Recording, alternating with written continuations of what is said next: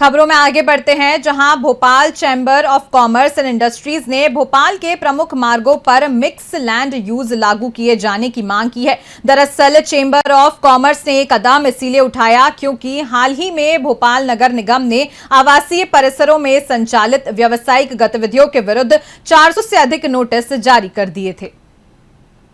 भोपाल नगर निगम की भवन अनुज्ञा शाखा ने आवासीय परिसर में चल रही व्यावसायिक गतिविधियों को बंद करने का फरमान जारी कर दिया है।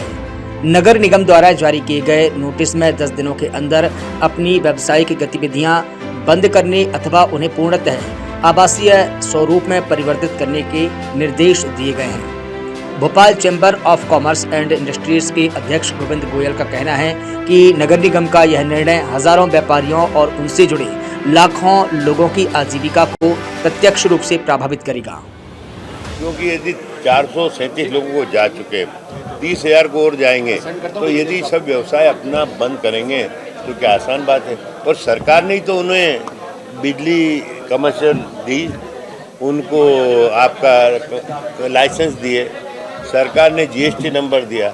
सरकार सबसे बड़ी बात है, नगर निगम उन लोगों से कमर्शियल रेट पे प्रॉपर्टी टैक्स लेती है। यदि कमर्शियल रेट पे प्रॉपर्टी टैक्स लेती है तो कमर्शियल हो गई, फिर आज उसको डोमेस्टिक करने की क्या बात। तो सरकार को चाहिए उसका तत्काल हल निकाले ताकि भोपाल का व्यापारी सुख से रह सके। इसमें हॉस्पिटल भी हैं, आपके बैंक भी हैं, कई संस्थाएं हैं, ये सब कैसे रुकेगी। अच्छा, बैंक खोली गई, बैंक तो पूरी फॉर्मेलिटीज करती है। उसके अलावा आप समझे कोई कौन फॉर्मेलिटीज करे बिना दुकान खोल सकता है।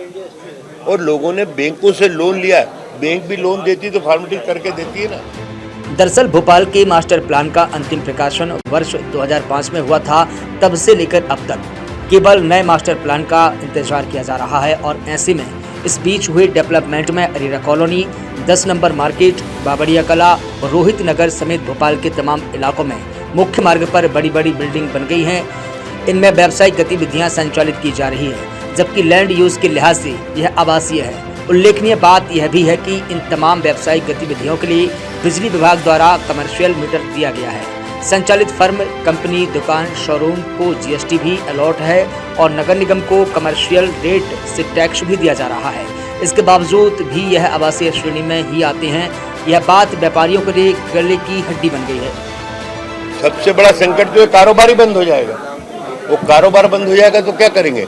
बरसों से गुडविल कमाई है, बरसों से नाम कमाया, बड़ी मेहनत के बाद, जैसे आप लोग भी पत्रकार बने, खूब पढ़ाई करी होगी, खूब मेहनत करी होगी, जब पत्रकार बने। हम व्यापारी को हमारी दुकान जमाने के लिए, व्यवसाय जमाने के लिए, हॉस्पिटल जमाने के लिए या बैंक जमाने के लिए बड़ी मेहनत करते हैं। ये गुडविल बनती है, वो गुडविल का क्या होगा। वो विद इन ए मोमेंट कोई नई दुकान तो ली नहीं जा सकती, नई जगह जाया नहीं जा सकता।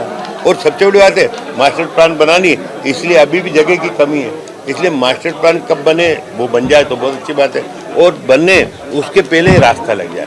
अभी ये रास्ता बहुत जरूरी है। मिक्स लैंड यूज के रूप में लगाओ, किसी रूप में लगाओ, लेकिन सरकार से हमारा आग्रह है कि किसी भी तरीके से भोपाल के व्यापारी परेशानी हो, भोपाल का व्यापार का नुकसान नहीं हो, इसीलिए हम आप लोगों की सहायता मांगते हैं। Bhopal chamber of commerce and industries के प्रतिनिधियों ने मुख्यमंत्री, भाजपा प्रदेश अध्यक्ष समेत उचित फोरम पर अपनी मांग रखी है।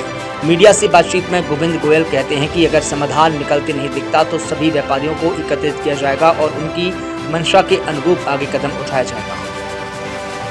देखिए, सबके पास जा रहे हैं, सबसे हाथ जोड़ रहे हैं, सबसे निवेदन कर रहे हैं कि भोपाल के विकास के लिए, भोपाल को काम करने के लिए, भोपाल के व्यापार व्यवसाय के लिए आप हमको सहयोग करें, ये नोटिस बंद करें और लोगों को उनका व्यवसाय सुचारू रूप से चलने दें। यही हमसे कहा जा रहे हैं, यही प्रयास है।